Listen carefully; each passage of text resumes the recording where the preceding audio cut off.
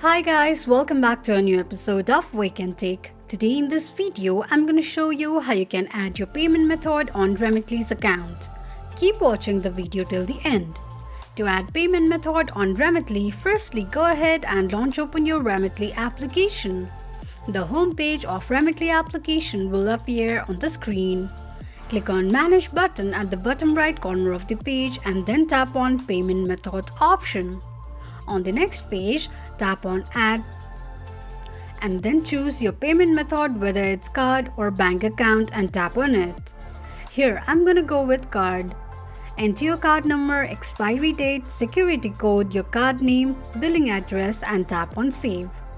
This is how you can add payment method on Remitly's account quickly and easily, just in few steps. If you have any thoughts or queries, let us know in the comments section. Don't forget to subscribe to our channel.